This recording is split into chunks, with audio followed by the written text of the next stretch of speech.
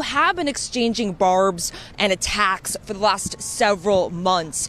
And for example, Trump has called Mamdani a communist. He's a democratic socialist. He's threatened to deport Mamdani, who is a naturalized American citizen. And he's also threatened to pull federal funding from the city. And Mamdani, in exchange, making it clear that there's no love lost. He has made it clear that he wants to be the mayor who can show the rest of the country how to stand up to the president. He even threw some attacks against the president during his victory speech on election night. But it seems like the two are trying to bury the hatchet, so to speak, to come together. Mamdani says he wants to focus on affordability, and the president today making it clear and even admitting a little bit that he has been harsh at times against Mamdani, which is pretty rare for the president to do so.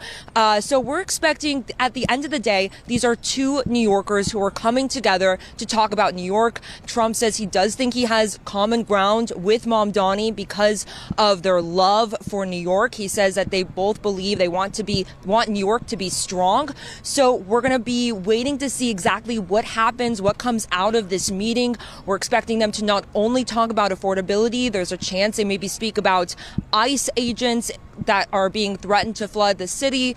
They could also be speaking about potentially the National Guard. Governor Kathy Hochul has really been trying to keep the National Guard from coming into New York City and convincing the president that there isn't a crime increase. And they have signaled that they are excited about the prospect of having Jessica Tisch stay on as the NYPD commissioner. And it gives them a sense that things are under control in the Mamdani administration. But he is bringing with him his chief of staff, L. Biscard Church. He's also bringing his top advisor, Morris Katz, and his transition press secretary. It's unclear if they're going to make it inside that Oval Office meeting with Mamdani and the president, but we'll have to see. Morgan, we know that you have sources that you've been in contact with ever since this became public. Any insight you can tell us on the Mamdani camp? Are they antsy? Are they just ready to just get in there? Any kind of information, insider information that you could share with us that you maybe have heard or looked into? From what I've heard from sources is that Trump is really running this meeting. It's not really being set up by the Mamdani team. Trump is really taking the lead here when it comes to when this meeting occurred, exactly what time. Sources told me that they actually didn't even know they were going to be meeting with the president until he posted on social media that it was going to be today, Friday. Now we are expecting him to arrive at about 3 p.m.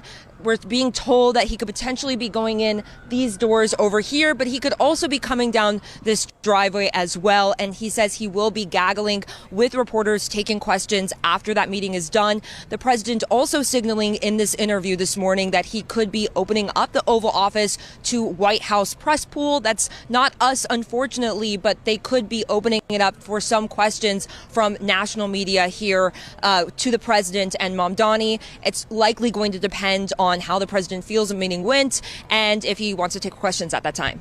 Morgan, we know that you have a very busy day. We thank you for taking time to be with us to give us a preview of this very important meeting happening in about 2 hours or so. We will see you again at 4 and then in our evening shows. You stay safe, you stay warm, and our best to you and to Andrew Chase, your colleague, our colleague out there as you're making your way back to New York.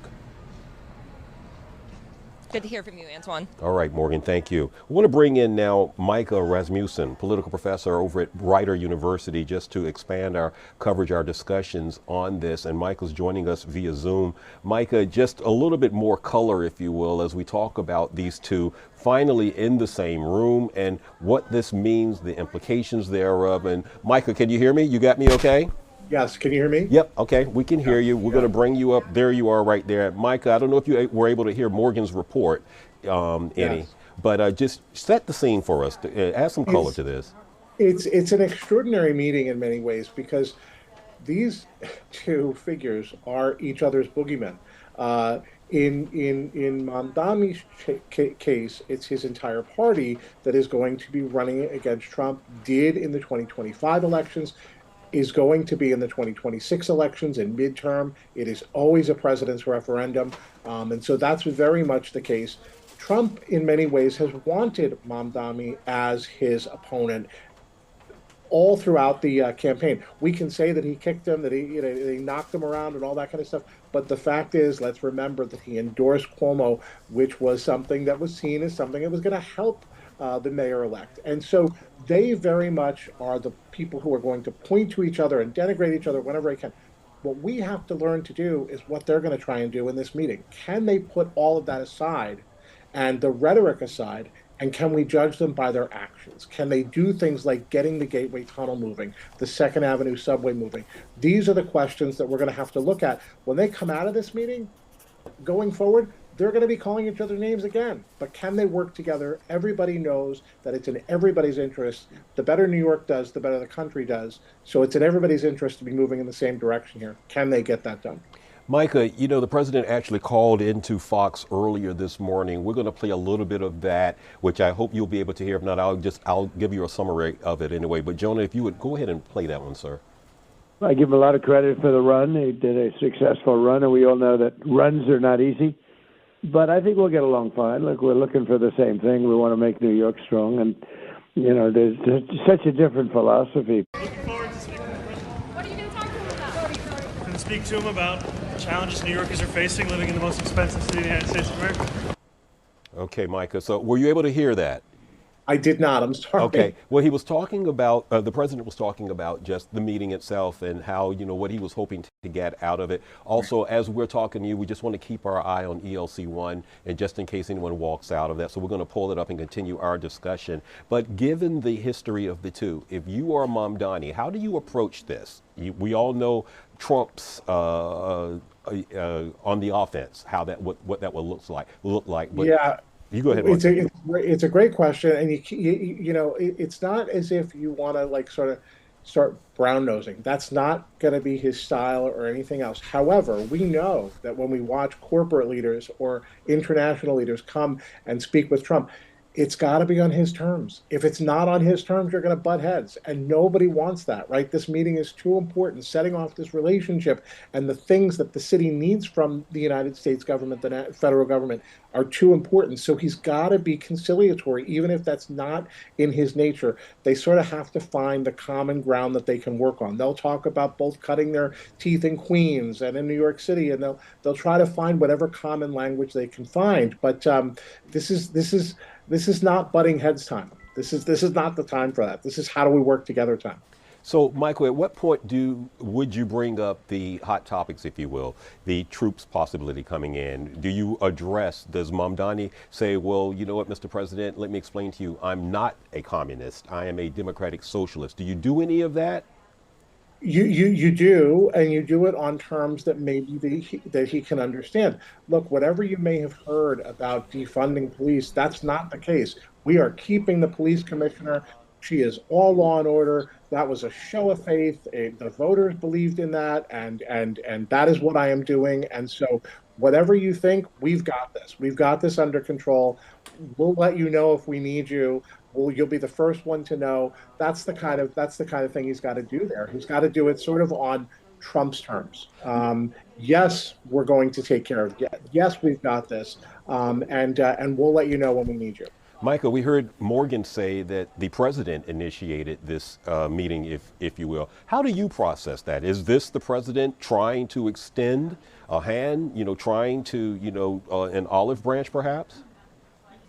It's that and the confrontational at the same time. It's the two things at once. It's recognizing that New York City and the United States have a common destiny. They have a common economic strength, economic future, all those things in common. So yes, I want to work together with you, but I also rhetorically and politically find you to continue to be a useful tool. And so whenever I can, remind people of that politically, I'm going to do that. So it's both of those at the same time. It's kabuki. It's a little bit of both. Yeah. Micah, I know we will be seeing you again at 1:30, so we're going to take a quick break from that. Also, I want to make sure that everyone else is brought up to speed on our local headlines. We have a couple of those to get to as well. Micah, I'll say goodbye to you just shortly. We'll see you back in about 15 minutes or so. Jonah, let's take a live look outside as we talk a little bit about the weather. We have to get into that because we know holiday travel. Some people may try to get on the roads a little bit early, so we're going to get into that as well as more local news as well, and we're keeping our eye on the White House as well. Antoine Lewis with you. We'll be right back.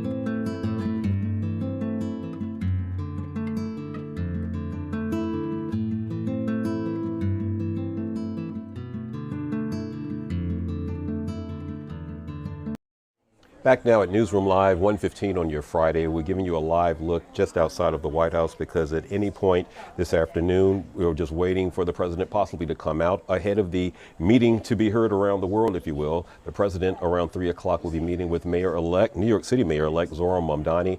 So we're just keeping our eye on that just in case the president comes out or anyone else comes out and walks up to the microphone. But we've got you covered. Our Morgan Mackay is there in case you just saw her. All right, next time you fly, let's talk a little bit about going to the airports because we know we're moving into that time of year, absolutely. But Real ID, if you haven't gotten one yet, this is a live look at LaGuardia. The next time you fly, not having a Real ID could cost you at the airport. Here's what's going on. The Department of Homeland Security and TSA are proposing a new rule. Travelers could be charged $18 at security checkpoints if they do not have acceptable identification like a passport or a Real ID.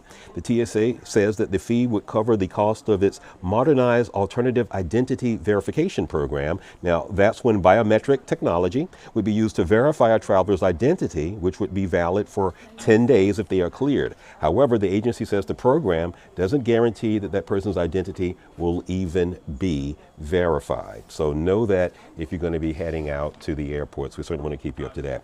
Visa is now warning consumers to watch out for some common holiday scams this holiday season. So the company's holiday threats report says to beware of websites that look like real retailers but are in fact fake websites.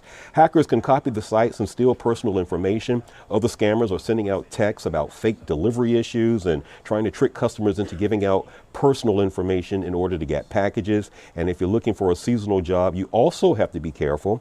The report warns of some scammers putting out fake job posts and texts offering free cash, but then charging fees to apply. It also highlights phishing schemes that are linked to travel opportunities and even fake charities. So we're moving into that time of year. We are literally a week away from Black Friday, which you know can signal for many the start of the holiday shopping season. So definitely we want you to be aware of possible scams going on. All right, let's go now to the Bronx because we have some arrests to tell you about. 5 people charged in connection with a robbery pattern in the Bronx. Now, here's what officials are telling us. The DA says that the criminal activity netted suspects $100,000 in gold chains, watches, and other jewelry. It was a robbery pattern that was going on. Surveillance video that you're looking at right now has been released of some of the alleged crimes. Among the 5 people charged, a 16-year-old boy. Now, they are accused of threatening people with guns, stealing jewelry, and a spree of 7 robberies taking place over the course of 2 weeks. Let's listen to officials. Lives were traumatized and threatened, and some of them fear for their safety forever now. They'll never be the same. Okay, that was Bronx DA Darcel Clark. Now, the robberies happened between September 20th and October 6th in the neighborhoods of Mott Haven, Kingsbridge, and Fordham Heights. The DA says that suspects are members of the BB7 set of the Trina Trios gang. They are facing charges including first-degree robbery and larceny. So that's the latest that you have for that right there. All right, let's go back up to ELC1. Just want to look, keep an eye on what's going on the White House. You can see here's what's happening there.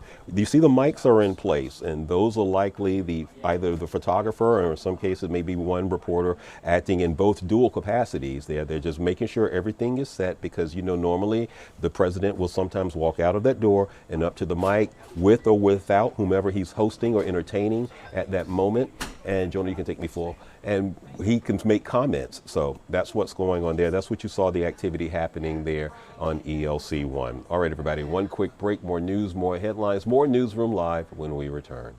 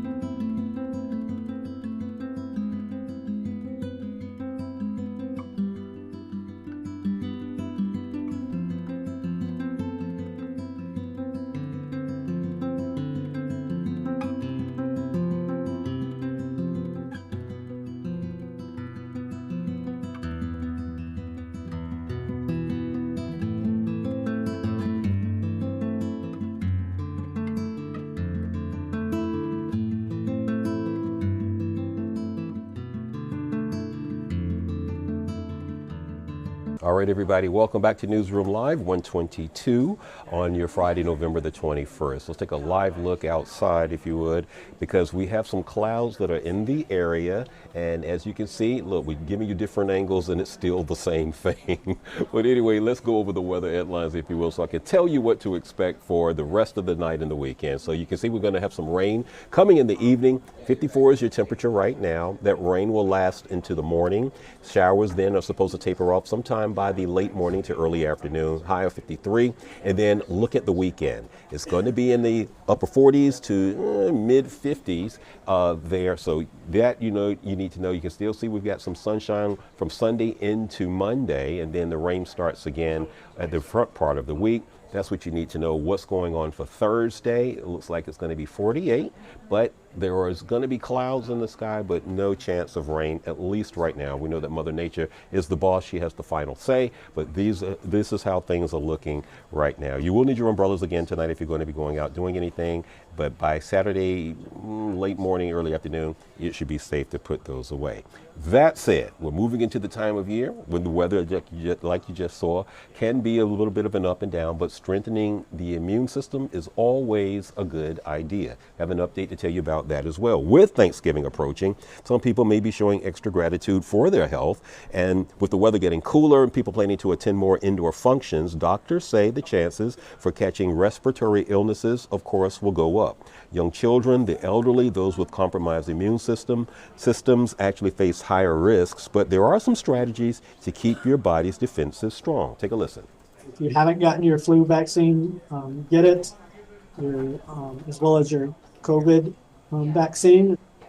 So now on the backside of that, besides staying up to date with vaccines, doctors also stress the importance of sticking to a solid sleep schedule, even though it can be hard when you're traveling a lot. And if you're taking public transportation to your holiday destinations, you're encouraged to use sanitizer, maybe even wear a face mask for extra protection. Okay, bring me back full so I can share and put some real person perspective on this.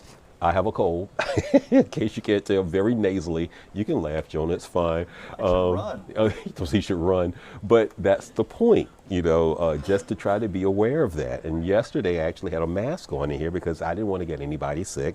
All of my colleagues and stuff going to be traveling, seeing family in a week, and I did not want to be that guy. So I encourage you to also practice safe habits, if you will, especially in the next couple of days, because you're going to be with family. We have elderly relatives in our lives that we still love and are still with us, and we want to keep them healthy and safe as well. And of course, children, so just be care, take the precautions, wipe the things down if you're going to be flying, the tray, all of that, the seat handle, seat belt.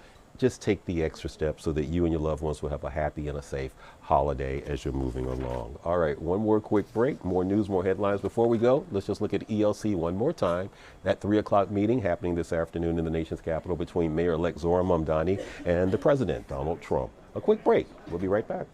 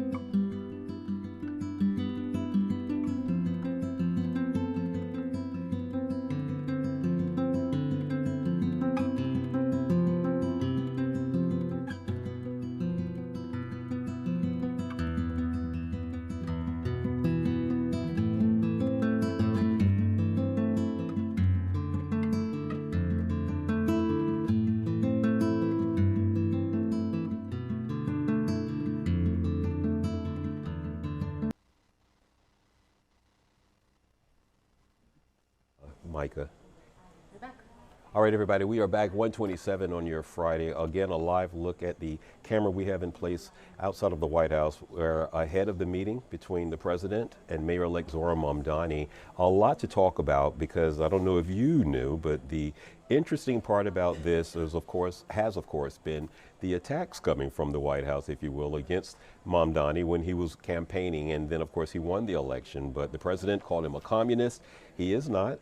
Mamdani identifies as a democratic socialist, but nonetheless, a lot of attention is on this. It is a top story in our newsroom, in the country, if not the world right now. We want to bring in Micah Rasmussen, a professor of political studies at Rider University. Micah, the stakes are very high here. Just, set the stage as we discuss these stakes. They are high. And the real question is, can they set aside the rhetoric? Can they set aside the politics? Can they find some common ground on the things that they have in common and that they need to be working on getting on the same page? The things that are going to be good for the economy, the things that are going to be good for the region, those are things that are good for Trump.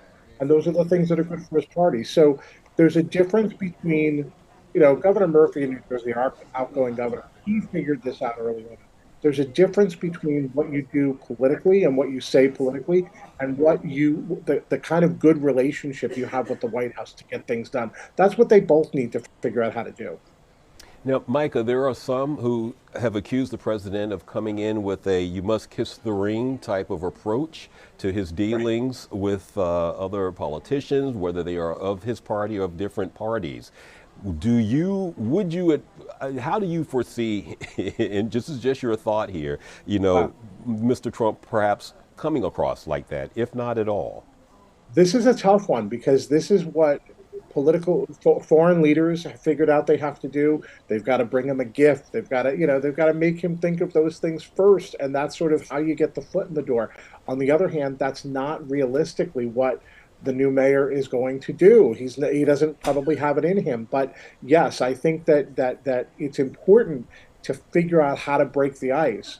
And you break the ice through flattery, and you break the ice through, whatever it is, whether it's, the gift or whatever. But you've got to overcome that first reaction that Trump has, which is to lash out. If you can do that, if you can find a way to do that, then you can get to productive, and that's what they've got to do. That's what the mayor's got to do. Whether that's his sweet spot or his natural spot, I guess, is besides the point. He's got to find a way to do it. Micah, one of the other things I want your thoughts on is the fact that given how the Democrats did 2 weeks ago with the election is not lost on the president. So you react to that. He has to, at some point, maybe perhaps not come across how he generally would, correct? Yeah, that's a great point.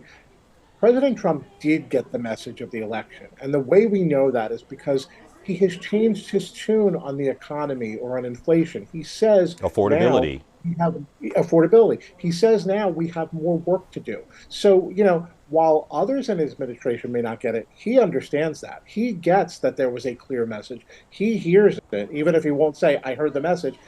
He's talking about the message. He's showing that he got it. And so, yes, having relationships, the kinder, the gentler, we're all in this together. We're all rowing in the same direction. Our destiny is tied together. What's good for the economy in New York is good for the economy in the country. Those are all very important things, and I think he hears them, even if others don't, and even if he doesn't want to admit it. He gets it. He heard the voters loud and clear. I think one of the other points also is just the relationship between the White House and New York City Hall has to happen. It is the largest city in the Union, in the United States. There has to be a working relationship that within the city. Now, with the governor, that's a little bit different, but still equally important. But you take it from here about those relationships. Yeah. President Trump has made it clear that the cities American cities are a major part of his focus, a major part of his attention. It doesn't mean he's there to play nice with every mayor if they're getting in his way, but whether it's been in Chicago or whether now it's in Charlotte or whether it's been in California, or in the the Pacific Northwest. Right. He has been very clear that the cities are a focus for him. And so you're either going to have a contentious relationship and you're going to butt heads and he's going to come through like the bull in the china shop, or you're going to find a way to work together. And it's in everybody's interest to work together if they can. So they've got to overcome that political adversity. They've got to overcome the party differences. They've got to see if they can figure out what, this is in a way, it's like, I shouldn't say this because President Trump has all the power in this dynamic, but it's a little bit like throwing him the bone. What role can the federal government play that's going to be helpful in the city, in the region? What are the things that the federal government can do? If Mamdani can show the president that, then I think he's got a chance of getting him focused on the things where he can make a positive difference. We heard Morgan Mackay, our political reporter, state that Mamdani had conversations, at least with Hochul and perhaps some other of the New York delegation, if you will, there on Capitol Hill. I'm just curious, what would you imagine Hochul would have said to Mamdani? She certainly had conversations. I know we don't know, just your theories, on what she may have said. This is a very different relationship than the one with Trump. And the reason for that is because and their relationship is going to be squarely based on politics right now. She is running for governor. She needs his voters. She also sees the potential foil in him. Denying something to him in New York may endear her to the rest of the state. So her dynamic with New York and with the new mayor are almost certainly political. Political calculations are a part of it. Donald Trump is not running for election again, and so that's a big difference there. It's definitely fraught. She wants to find ways to work with him, but at the same time, she can't be seen as giving away the store to the rest of the state. So she's already said things like, Albany is not funding your free bus plan. That's not something we can find the money for. So it's a much more fraught. You know how I just said, you've got to find ways to put the politics aside? Mm-hmm. With the governor of New York running for re-election next year, there's almost no putting politics aside there. So now, let's say after the meeting, Mamdani gets a call from Schumer and or Hakeem Jeffries. Now, let's pause for a minute to set that up. Jeffries kind of, well, I guess if I have to endorse you, I'll endorse you, right. If you will, if you can call it that. And Schumer didn't even do that, right? Schumer didn't even do that. If you are Mamdani, do you even answer the phone call? Oh, that's a tough one. You do, because, there's any number of things that the White House might need a vote in Congress on. Let's face it, budgetary questions do have to be passed out of Congress. So, again, you can have these public foils, you can have these public adversaries, but when push comes to shove, you have to recognize that they have a hand and a vote in the things that you need for the agenda that you want to set. And so you want to overcome it. You may not forgive and forget. You may not get over those swipes of the past, right. But you definitely want to see how you can work together with everybody. That is just being a smart official. You don't have to forgive and forget, but you have to find ways to work together. Micah, we recall, as does everyone, when normally after the president has meetings, there's let's go to the, you know where I'm going with this. We all remember Zelensky won, exactly. Your expression sums that up. Oh, man. If you are Mamdani. Avoid that at all costs, right? The setup, right? You just take it away. I'm going to stop talking. You know exactly where I'm going, Micah. Oh, no, I'm sorry to interrupt you. No, you aren't interrupting me. You want to avoid that at all costs. Now, there's sometimes where you can step out of the way. If something is planned, if they've got this all set up like they did with Zelensky, and Rubio's got his role, Vance has his role, good luck, because you're in the way. And whatever you can do to disarm that, whatever you can do to step out of the way, good luck. But if this is planned, and you know what, I don't necessarily see that. You have talked a lot about Trump's comments this morning, how he expects it to be very civil. This would be the setup of all setups. If he says, this is going to be kind, this is going to be civil, and then all of a sudden, boom, the hammer comes down. So, I think he's signaling so far, Trump is signaling, this is not going to be that. We'll see what happens. We have a picture. I'm not sure if you're able to see it, Jonah, the picture, the selfie. Mamdani took a selfie on the airplane, flying from New York. There it is right there. And I got to say, he looks excited. I don't know if you've seen it or if you can watch it right now. I did. You did? Yeah. So what do you make of that? He looks excited. And we also want to point out, as one of my producers did to me, he's flying coach. It looks like it. That's right. I saw the flight attendants union making comment about that. Yes. And which flight, which, yeah, no, you know what? This is a big meeting. This is a big meeting. It's going to have, there's a lot riding on it for him, for the city, for his agenda. And so he knows that, he gets that. He's going into it with as positive an outlook as he can possibly go into it. That's right. That's correct. This is not going to be it shouldn't be confrontational. It shouldn't be butting heads. It shouldn't be the two political leaders who are each other's foils. Can they set all that aside? Can they put all that aside? I have reason to believe that probably they will, when it's convenient, they will continue to smack each other around publicly or call each other's names publicly. But if they can forge that working relationship, that's going to be important. And I think when you see the smiling face of the mayor-elect, that's an indication that he wants to get this done. He wants to set this up. He knows how important this is for his agenda.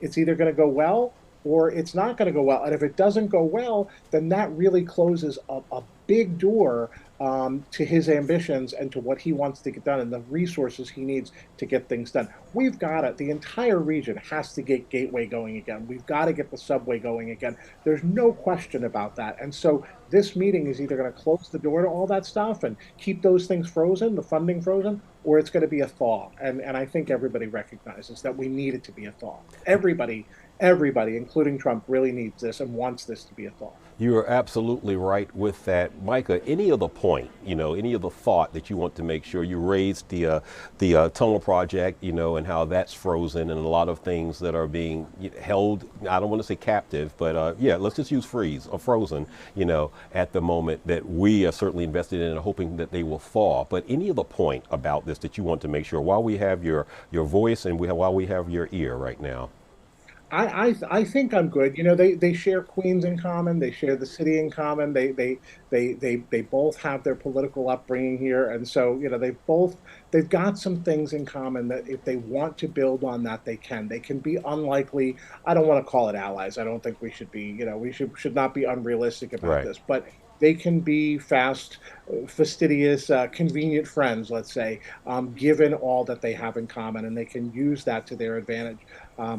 For everybody's good.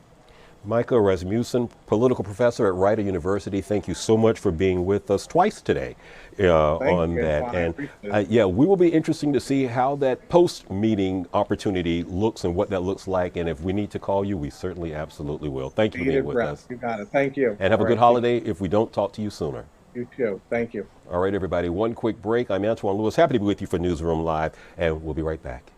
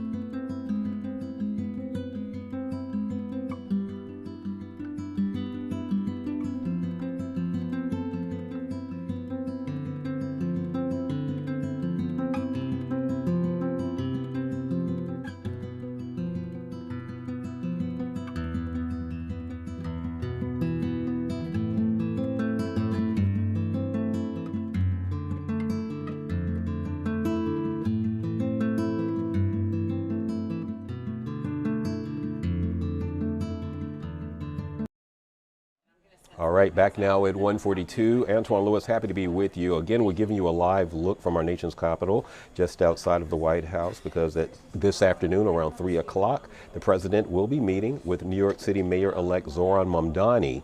And a lot has been talked about, especially if you're just joining us and hadn't heard what we were just discussing right before break, about the contentious, if you will, relationship between the two men. And we always encourage comments and questions. Whatever platform you are watching us on, wherever you're looking at us from, if you have a question or a comment, we certainly want you to do that. I want to pass along two that we heard in regards to our top story that you're seeing right there. One person made the comment, will Trump pronounce Mamdani's name correctly? So that's a very good point. The president's whether intentional or unintentional, may have trouble with certain names, so that was a really good point. We thank you for that. And then one other comment from one of our stream watchers said, this meeting could have been an email. So we certainly appreciate you all finding the humor in this, but there is a lot at stake here because of the relationship that has to happen between the country's largest city and the White House. It has to be something that's working like that. So that's where there's a lot of anticipation about how this will go. It was initiated by the president himself. We have since learned that Mayor-elect Mamdani and his team apparently didn't find out until the president had made the announcement in some sort of post on social media. So that's happening around 3 o'clock. Our Morgan McKay is outside of the White House there. She will be bringing us up to date on all of that. We also have our team in place here, Sharon Crowley, Linda Schmidt standing by as well, just to make sure that we are covering all angles about that.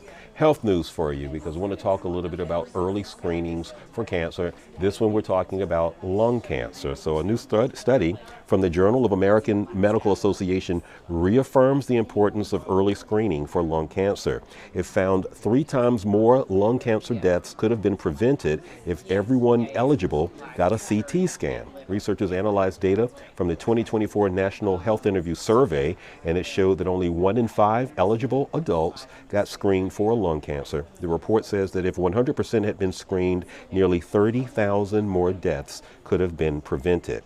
About 80 to 90% of lung cancer deaths are caused by tobacco smoking. Sticking with that, I want to talk to you because, again, we are about less than a week away from the holidays. Okay, everybody, we're moving into that time of year where the weather up and down can be a little all over the place, which can impact your immune system. So again, we want to talk about strengthening the immune system because we're going to be meeting with our family and our loved ones, seeing them on Thursday. With Thanksgiving approaching, some people may want to be showing extra gratitude for their health. Again, because of the conditions outside, people are going to be planning more indoor functions. And the doctors actually are saying the chances for catching respiratory illnesses are going up. Young children, elderly, those with compromised immune systems actually are facing higher risks. But we know that strategies to keep your body defenses are strong. They are out there. Take a listen to what one doctor told us about strengthening your immune system.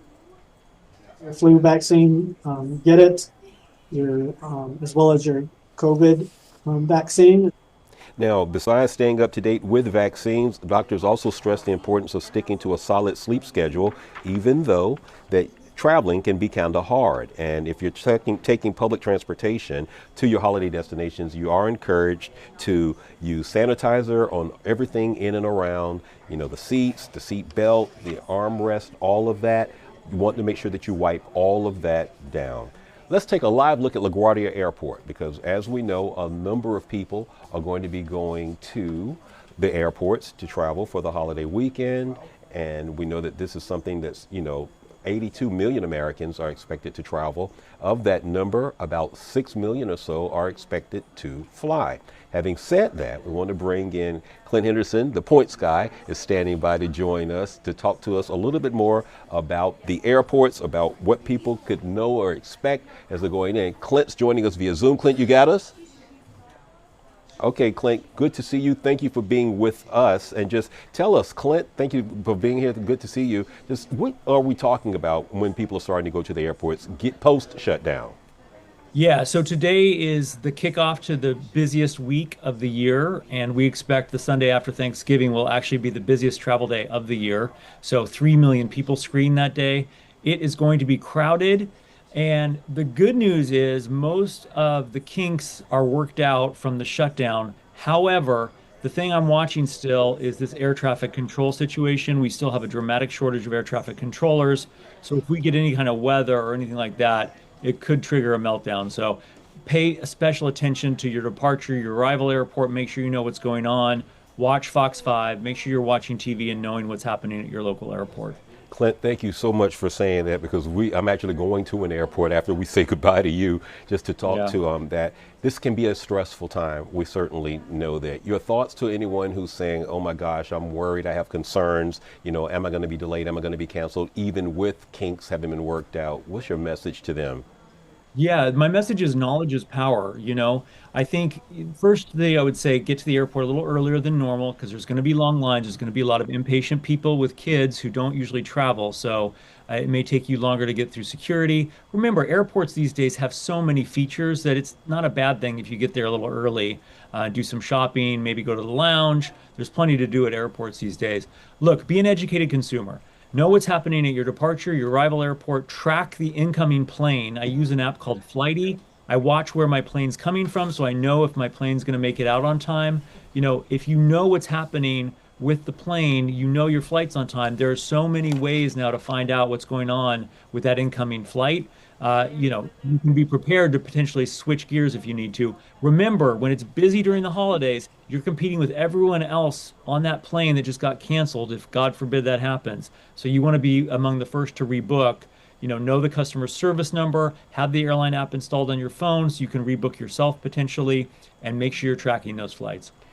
What was that app you said, the website you said you used? I hadn't heard of that one. Flighty? Yeah, so it's a new app. It's called Flighty, Flighty, and it shows you 24 hours history of your plane, where it's coming from. So you'll know if your plane's going to be delayed even before the airline will tell you. So, that's why I say you got to get ahead of these things these days.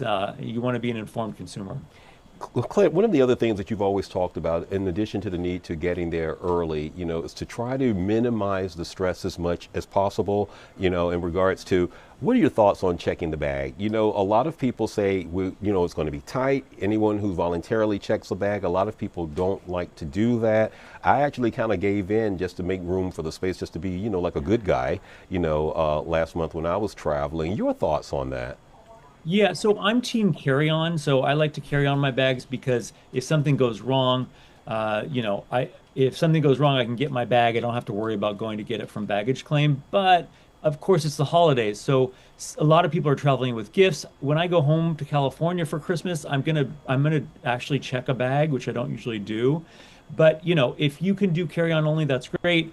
I think that'll save you some agita. But use the Apple air tags, excuse me, they'll help you find your bag if it does get lost. And of course, if you can gate check your bag, make sure you take all your valuables out of it. And sometimes you won't have to pay a baggage charge if you do it at the gate. So you were nice and you volunteered to give up your bag, but sometimes it can also save you 30 to 50 bucks for that bag too. You are absolutely right there. So, all right. Clint, thank you so much, the Points Guy, for being with us. Travel safely. If you're going to be going anywhere, whether it's next week or, as you mentioned, a little bit later on, you're always in the plane, you're always someplace. So safe travels to you, sir. And thank you for being with us on Newsroom Live. Good to see you, my friend. All right, sir. Everybody, we'll take a quick break. Let's bump out one more time. Jonah, looking at the White House, just keeping our eye on our top story as we do that. The 3 o'clock meeting scheduled between the President of the United States and Mayor-elect of New York City. A lot is on the table. A lot is at stake. A lot more Newsroom Live when we return.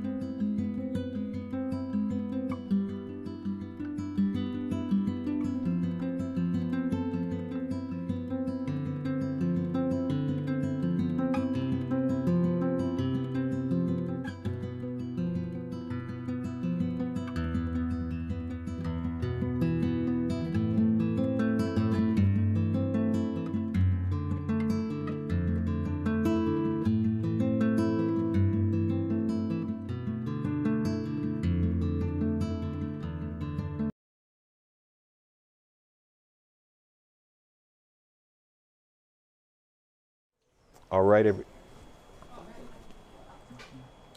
all right, everybody. Welcome back to Newsroom Live. Antoine Lewis, very happy to be with you again. Keeping our eye on our top story, you're looking at the White House there. The mics are in place, waiting for the president, possibly, to come out. If so, ahead of his 3 o'clock meeting that has been set with New York City Mayor-elect Zohran-Mamdani.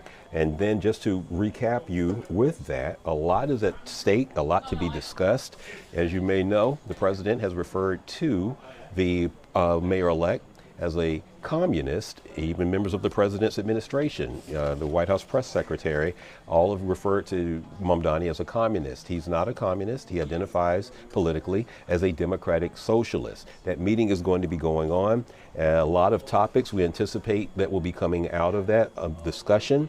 Certainly policies that the mayor-elect wants to put into place, policies that the president has voiced, whether in a news situation or on a social media post, in regards to his displeasure with some of the things, or his not being on the same page with some of the proposals that the mayor-elect has put forward. So we're talking about, of course, free buses, publicly owned grocery stores, some of the ideas that the mayor-elect campaigned on, but most importantly of the or preview, if you will, of that is the relationship of the two, because of the shots that the White House has taken at the mayor-elect.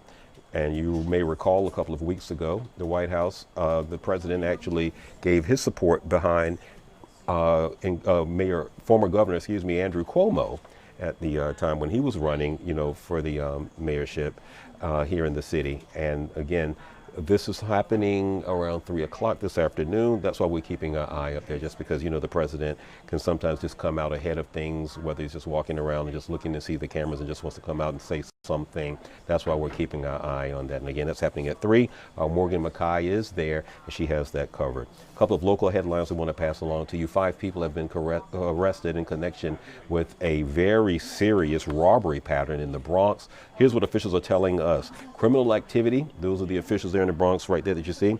The district attorney saying that the criminal activity netted the suspects nearly $100,000 in gold chains, watches, and other jewelry. The DA's office is releasing this surveillance video of at least one of the alleged crimes. Among those charged, a 16-year-old boy. They are accused, the suspects, of threatening people with guns, stealing their jewelry, and this was a robbery spree, officials say, that went on for about 2 weeks. Take a listen to this.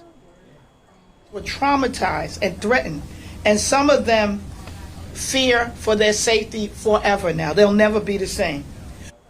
Now, these robberies happened between September 20th and October 6th. The neighborhoods impacted include Mott Haven, Kingsbridge, and Fordham Heights. The DA says that these suspects are members of the BB7 set of the Trinitrios gang. They are facing charges including first-degree robbery as well as grand larceny. A scam, a holiday scam this week out from Black Friday we want to tell you about. Visa is warning consumers to watch out for some common scams this season. The company's holiday threats report says to be aware of fake websites that actually look like fake retailers. Let's pause for a second, because this also includes not just online, but using your phone. A lot of people see ads that populate, whether it's on TikTok or whether it's on Instagram or something like that. You want to be aware of that. Hackers can copy sites to steal personal information. Other scammers are sending out texts about fake delivery issues, trying to trick customers into giving out personal information in order to get your packages. Be aware of that as well,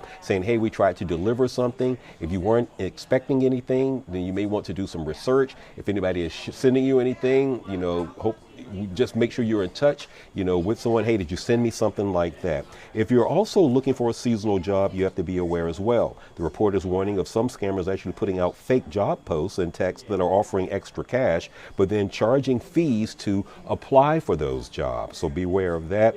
It also highlights the report phishing schemes that are linked to travel opportunities and even fake charities. So again, this is the time of year where people are coming in. We move into Black Friday, Cyber Monday, Giving Tuesday. Be aware of all of that as you're trying to be generous, especially when it comes to charities and things like that. Do your research. We want to make sure that as your heart is in the right place, it is going to the right place, that you're trying to be generous with that. It's 1:58. A quick break. More Newsroom Live when we come back.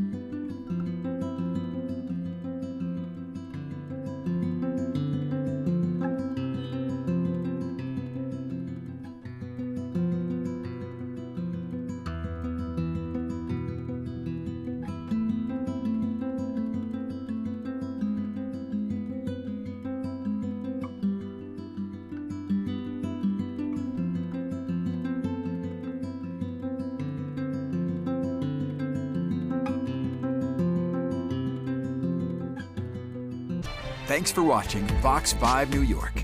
We're now joining live now from Fox. Seniors were standing there waiting to come into the bank, or that families with children were walking around doing their shopping and having breakfast. And this was not a one-time incident. ICE has come back multiple times to this commercial corridor, and they have done it intentionally. They have posed